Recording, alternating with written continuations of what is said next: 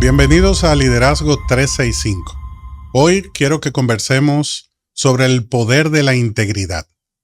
Vivimos en tiempos donde la imagen pesa más que el carácter y donde decir lo correcto no significa vivirlo. Hablar de integridad no es opcional, es urgente. La integridad no es perfección, queremos aclararlo. Es coherencia. Es vivir en un medio, en un público, ante personas, lo mismo que hacemos en lo privado.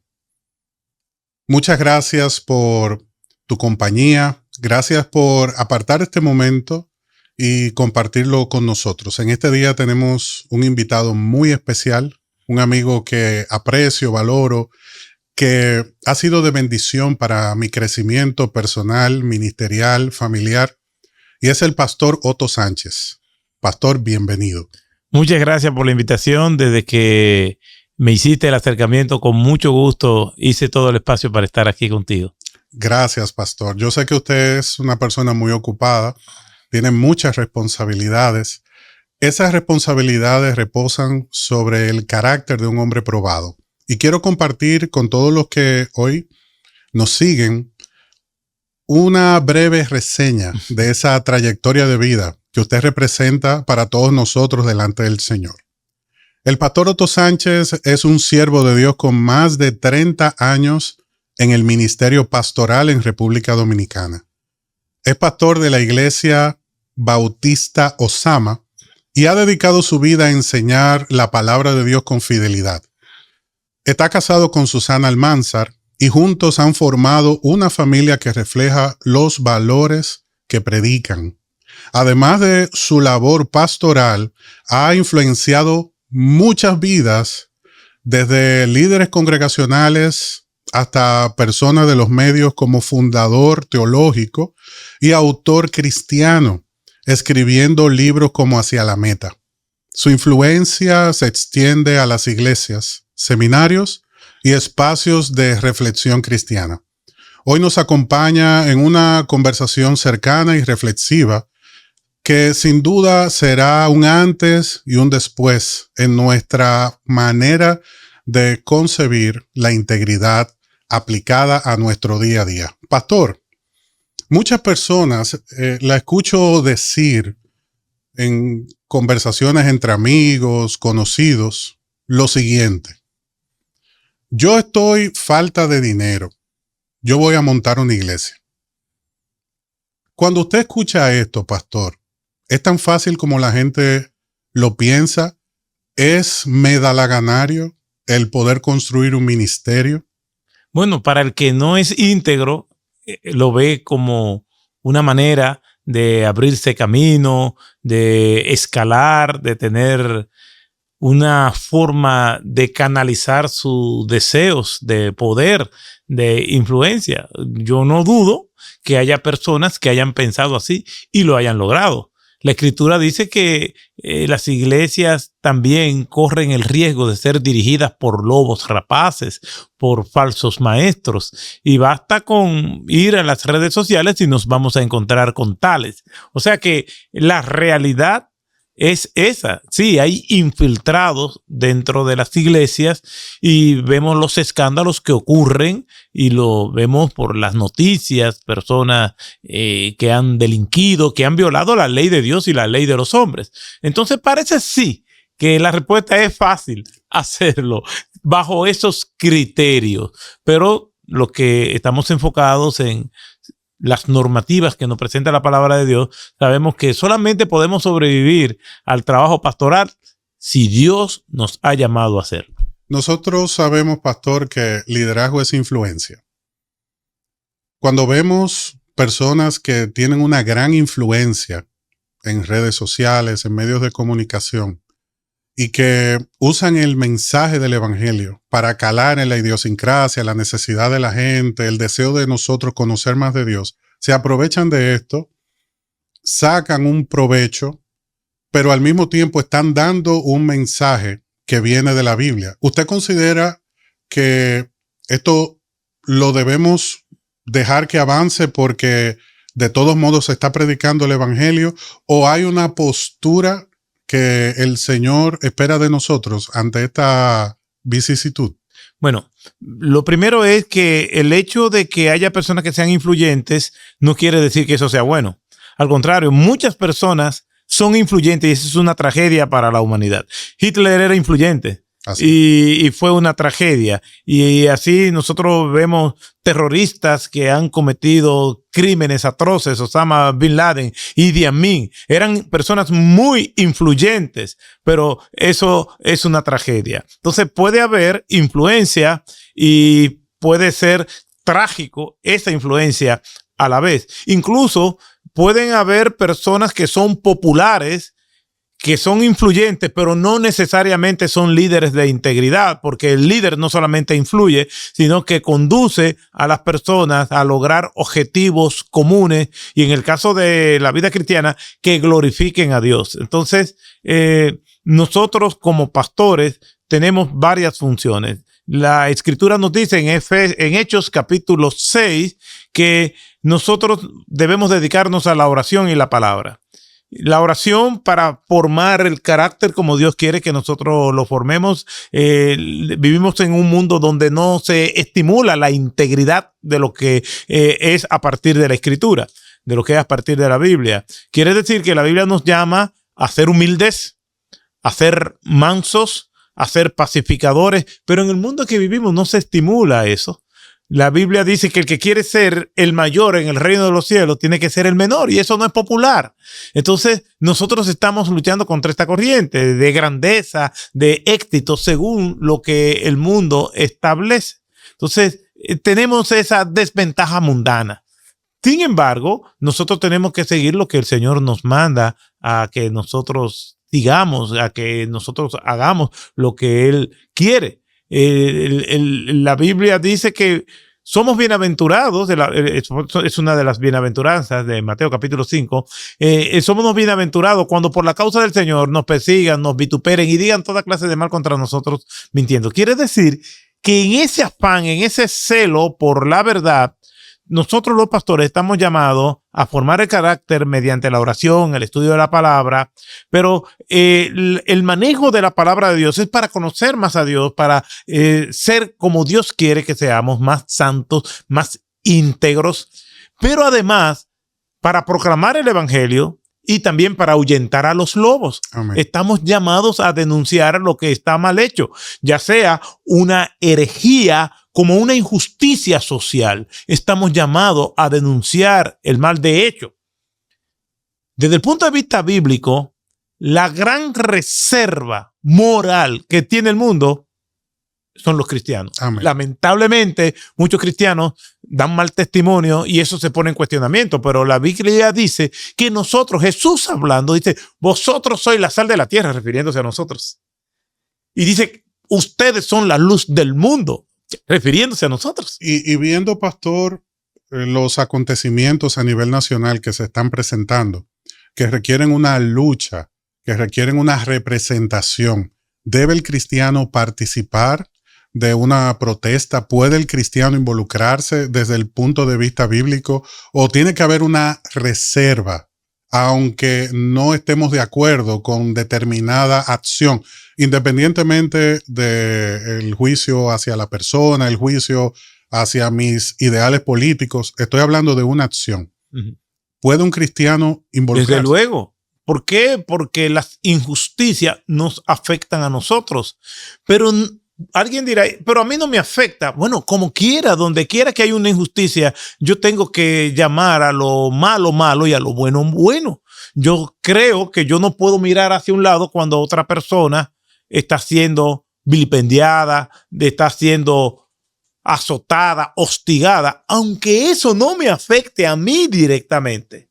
A la postre nos va a afectar a todos, pero yo tengo que ser luz del mundo y lo que está mal, como decía Agustín, está mal aunque todo el mundo lo haga o lo diga, y lo que está bien, aunque nadie lo haga y nadie lo diga. Amén. Entonces, donde quiera que haya una injusticia, yo no soy un justiciero, ni mi función es de justicia social, pero donde hay un atropello a las personas. Te voy a poner un ejemplo. Yo vengo conduciendo y yo veo como los motociclistas han ocupado las aceras. Eso está mal. Yo no puedo hacerme de la vista gorda porque yo no sea un peatón, porque atropellen a una persona, porque se conduzca en la manera que se conduce aquí, o un funcionario público que está puesto, un funcionario que está puesto para servir al pueblo y se lucra y se vale de sus posiciones de influencia y de poder para él lucrarse. Eso no está bien y yo tengo que denunciar eso como ciudadano.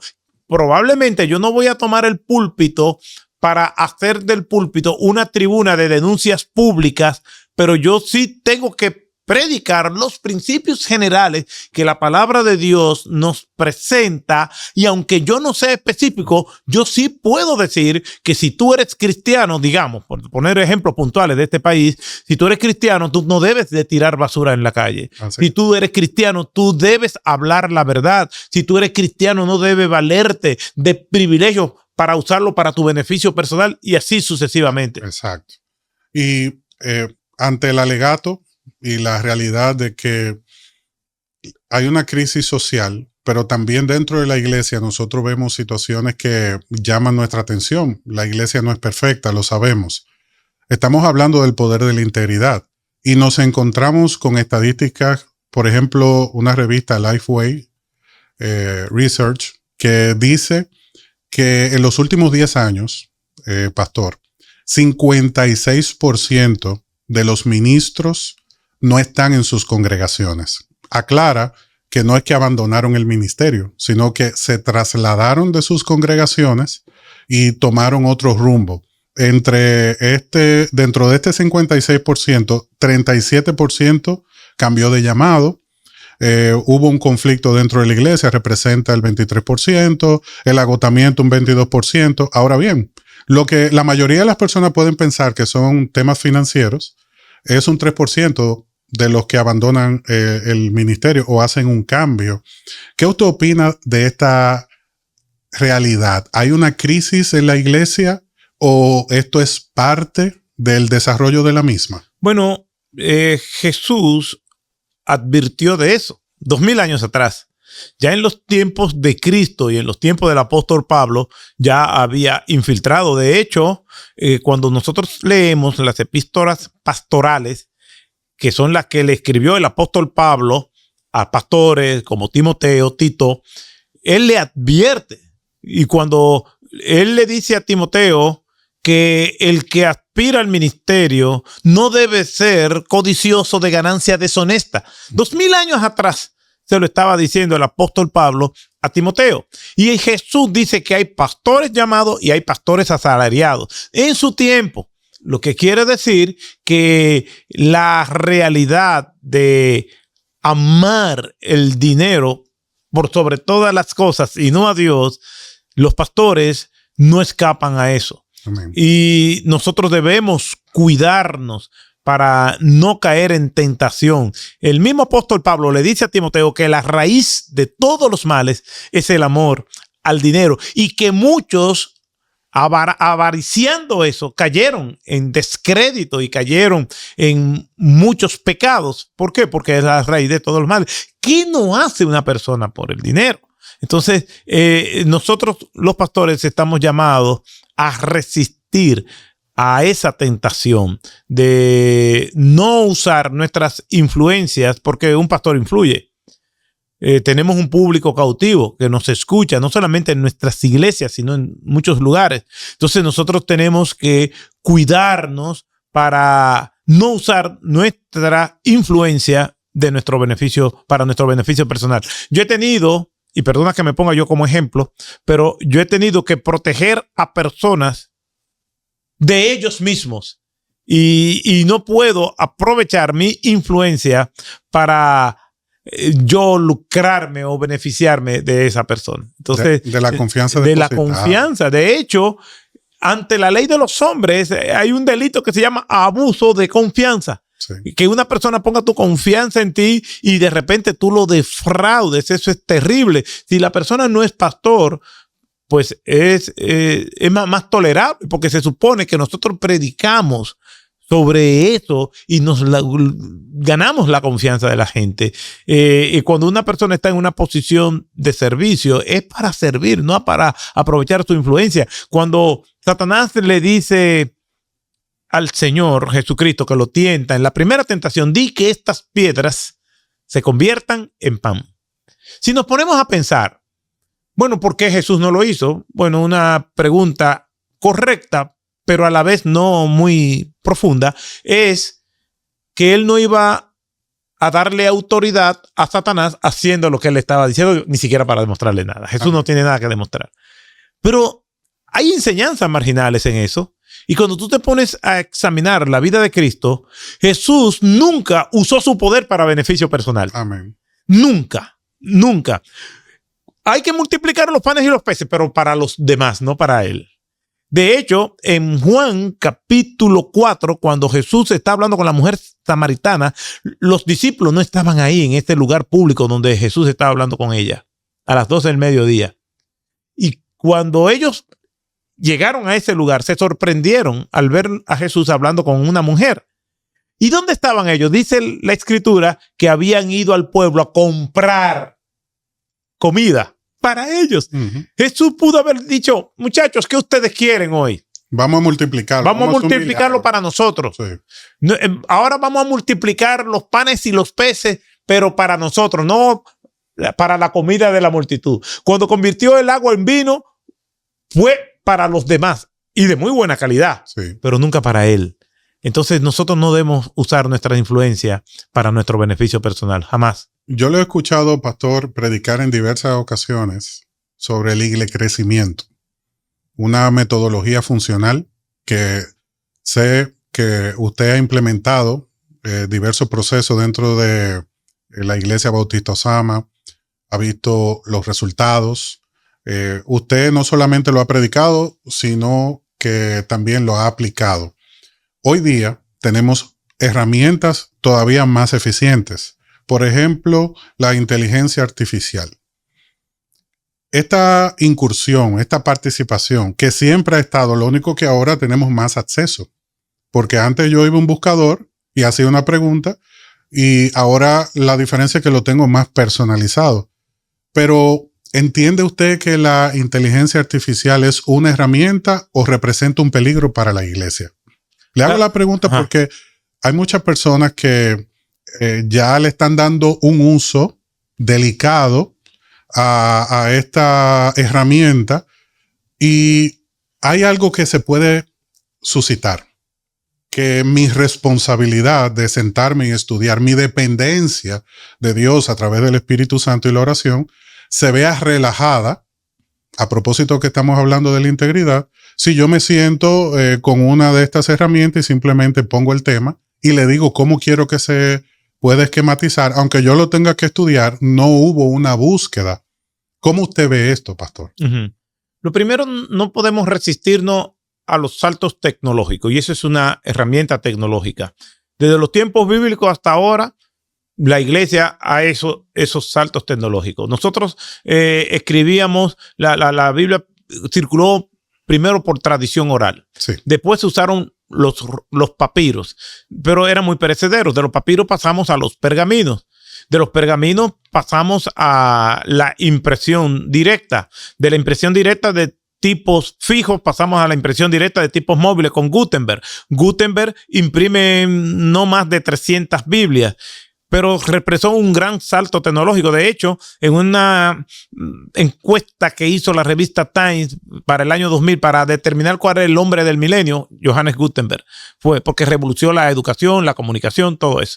Entonces, de la imprenta de Gutenberg de tipos móviles pasamos a la impresión offset, de la impresión offset a la impresión digital. Y siempre se han escrito libros, Biblias, no hay temas con eso. Pablo dice, tráeme los rollos. Ya se estaba refiriendo a los pergaminos y no había temas con eso. El asunto es cómo nosotros vamos a usar la tecnología. La tecnología no es neutral. La tecnología siempre va a traer consecuencias negativas o positivas. Amén. Entonces, cuando nosotros los que estudiamos la Biblia y predicamos y estamos muy envueltos en el mundo académico, nosotros recomendamos libros, recomendamos diccionarios, comentarios bíblicos, y entonces lo que teníamos que hacer era ir en todos esos volúmenes. Yo recuerdo viajar a predicar o a dar clases a otros países y yo me llevaba hasta un equipaje adicional con todos mis libros. Después resulta que dimos otro salto a bibliotecas digitales.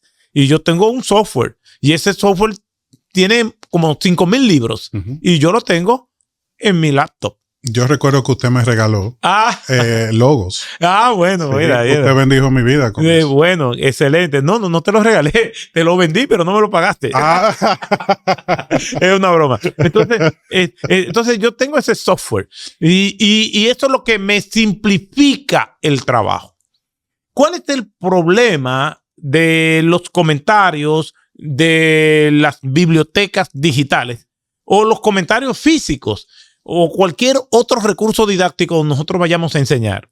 Es que primero yo tengo que hacer un ejercicio de investigación personal. En el caso de los que enseñamos, de los que predicamos, yo tengo que hacer mi propia investigación. Yo tengo que enfrentarme al texto y hacer mi trabajo espiritual orando al Señor que me guíe e intelectual buscando. Decía John Stott que la Biblia es el libro de Dios y es el libro de los hombres. Es el libro de Dios, por lo tanto yo me voy a acercar en oración, en meditación, pidiéndole a Dios que me ayude. De hecho, cada vez que él iba a predicar, él decía, ten misericordia de mí, de quienes me escuchan, pero también es el libro de los hombres, donde hay un punto, yo me paro, donde hay una coma, hago una pausa, donde esté en pasado, en presente o en futuro, yo voy a interpretar ese verbo como está escrito, porque fue escrito bajo normas gramaticales. Y eso requiere un ejercicio espiritual porque es el libro de Dios y un ejercicio intelectual donde yo tengo que estudiar y fajarme. Yo me fajaba con esos volúmenes todavía porque hay muchos libros que todavía no están en digital. Entonces yo hacía todo eso. Ahora, cada vez que después de yo haber agotado horas haciendo mi trabajo, entonces yo iba y consultaba, y todavía lo hago así, los libros de otros autores a ver qué me dicen y en qué punto yo estoy coincidiendo. Y hay veces que yo había llegado a conclusiones que eran erradas. Y así se nutre el contenido. Claro. ¿Por qué? Porque eso que yo estoy estudiando, hasta cierto punto, es un estudio forense, porque yo no le puedo preguntar al autor. Sí. Entonces, eso se escribió hace 2000 años, 1500 años, en una cultura muy diferente a la nuestra, en un idioma diferente al nuestro, bajo circunstancias que nosotros tenemos que hacer un ejercicio intelectual para hacer ese viaje en el tiempo, colar lo puramente narrativo de lo normativo para aplicarlo al día de hoy. Eso requiere mucho estudio y oración. Entonces, eso con la inteligencia artificial se simplifica. ¿Cuál es el problema que yo veo? Es una herramienta, pero al igual que los comentarios, si tú no das el crédito de lo que tú estás estudiando, entonces es un plagio. Eso es clave, pastor. Entonces, yo cuando estoy leyendo y veo cosas muy puntuales que no son genéricas, yo revelo la fuente. Por ejemplo, yo sé griego genérico, pero yo no soy un erudito en griego. Por lo tanto, cuando yo digo el uso de esta palabra en el original, según el léxico griego, español, según tal autor, según A.T. Robertson o cualquier erudito del Nuevo Testamento, pues yo tengo que citarlo porque yo no puedo llegar a una conclusión así porque mis estudios no me dan para yo hacer un análisis textual de un idioma original que yo no lo domino. Entonces, yo tengo que ser íntegro, tengo que ser honesto. Yo muchas veces oigo a personas predicar y digo, si mi instinto no me falla, ese cerebro no va con esa cita.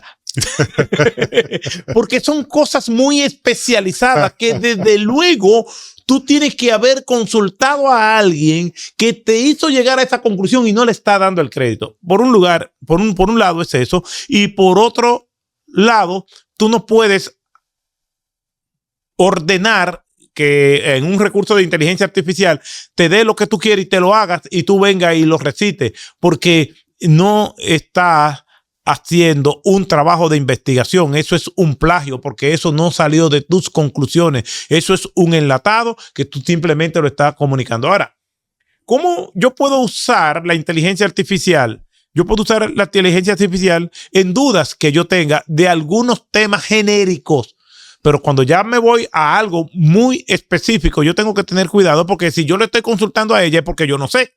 Así es. Por lo tanto, yo no puedo dar como bueno y válido lo que ella me dijo. ¿Por qué? Porque la IA está prejuiciada. La IA está prejuiciada por muchísimas cosas que, por ejemplo, si yo... Metodología, fuente, cultura. Todo eso está entrelazado. Sí. Y eso se alimenta de lo que hay en el espectro. Sí. Y por lo tanto, yo tengo que tener cuidado de venir y repetir eso como bueno y válido. Pero esto que usted está describiendo, pastor, es, yo considero, el elemento fundamental de una vida que se está construyendo en integridad. Y pagar ese precio, declararlo, no es una tarea fácil para cualquier persona, porque en el tiempo que estamos, donde el valor está en el seguimiento, en el like, en el asombro, que usted diga, esto no lo digo yo, como también decía el apóstol Pablo, lo supo decir en su momento, el reconocer la fuente y reconocer mi dependencia de Dios y mi limitación, que es un acto de humildad, no es una característica común. Y ante esta realidad, Pastor Otto, usted, que tiene más de 30 años de ministerio, gracias al Señor de manera ininterrumpida, donde tiene una familia que convive con usted y que lo ve predicar el domingo y que a ellos no le puede simular, ellos los conocen. Ante esta realidad y del Dios soberano que mira nuestras acciones, ¿cuál es el mayor temor que hay en su corazón? Usted lo conocemos en los púlpitos, lo conocemos en los salones de clase, como yo lo conocí, lo conocemos en la calle, siempre con esa sonrisa y esa chispa que usted comunica. Pero en su corazón hay un hombre que tiene necesidades. Uh-huh. ¿Cuáles son esos temores, pastor? Bueno, yo tengo una obsesión y después de 33 años en el ministerio, mi obsesión es terminar bien. Amén. Yo no quiero, yo no voy a decepcionar a Dios porque Dios me conoce. Amén. Y aun cuando sabía todas mis limitaciones, aún así me escogió y me salvó desde antes de yo nacer. Pero yo no quiero faltarle a Dios. Lo cierto es que como ser humano, yo tengo pecados, tengo faltas, no que me descalifican como pastor, pero con lo que todos nosotros luchamos. Yo tengo algo muy claro y es que yo quiero ser el mismo que tú conoces y que me conoce más que quizás muchos de la audiencia. Ese es el que yo soy en mi casa también. En una ocasión estábamos compartiendo con unas amistades y yo estaba hablando y diciendo cosas. Y una hermana o una persona que estaba ahí le preguntó a Susana, mi esposa, ¿cómo es el pastor en su casa? Y ella dice, como usted lo está viendo aquí. ¿Y cómo es él? Y dice, él es un hombre normal. Y hasta ando descalzo en mi casa. O sea, la gente piensa como que yo me llevo el púlpito para mi casa. Yo no me llevo el púlpito para mi casa. Y yo soy el mismo en cualquier lugar. En mi casa, en cualquier sitio. ¿Por qué? Porque mi imagen pública no es un guión que yo debo seguir. Y yo creo que el mensaje que nosotros debemos comunicar es que debemos evitar que la gente nos idealice. Porque los mensajes más poderosos no se dan en los púlpitos, se dan fuera de ellos. Que la gente te está viendo. Yo te digo rápidamente, una vez venía yo de un viaje muy largo, estaba cansado, estaba ya loco por llegar a mi casa y una fila enorme en el aeropuerto para salir y unos muchachos tenían un desorden ahí y le faltaban el respeto a las personas y había una persona de seguridad y lo veía, se estaba riendo con la indelicadeza de esos jóvenes. Y yo me molesté y me airé, aunque no lo expresé. Y cuando me iba a acercar a la persona de seguridad, ya yo tenía mi discurso preparado y lo iba a hablar con ira, lo cual no es bueno.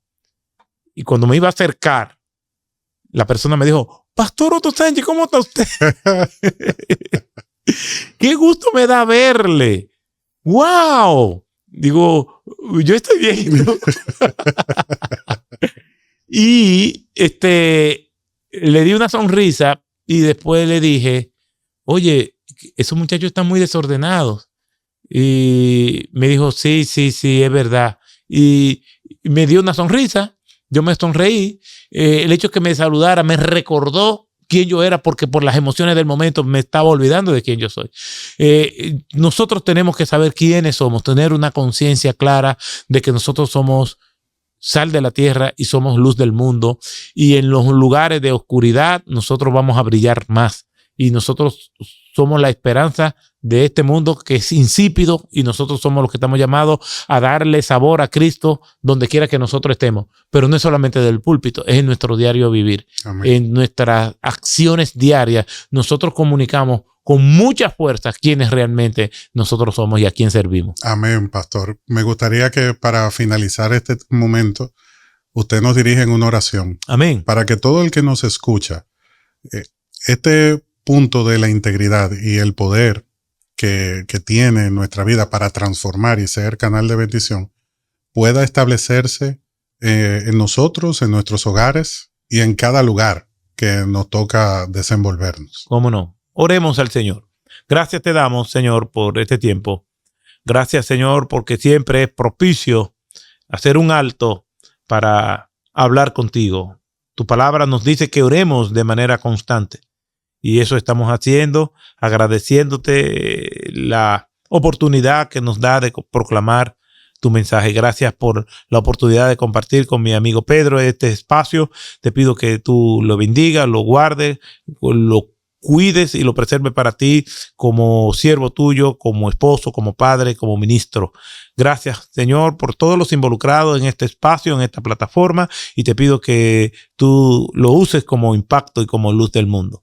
Gracias por tus misericordias y ayúdanos a vivir de forma tal que nosotros podamos ser dignos representantes del evangelio en lo público y en lo privado. En el nombre de tu Hijo amado Jesús. Amén. Amén. Muchas gracias, pastor, por su compañía. Gracias a ti por la invitación. Amén. La vida cristiana y el ministerio es un privilegio. El pastor Otto nos ha compartido de la importancia de mantener la pasión y la defensa de nuestra fe en el Señor en ese caminar diario que nosotros tenemos que manejar con excelencia y un desarrollo constante. Si nosotros decidimos prestar atención a lo que la palabra del Señor nos enseña, no podemos evitar ver la urgencia de que se manifieste un camino de integridad en cada uno de nosotros. Gracias por tu compañía. Por favor, comparte este enlace. Yo sé que será de mucha bendición para todas las personas que tú se lo puedas enviar. Suscríbete en nuestro canal y gracias por estar presente. Dios te bendiga.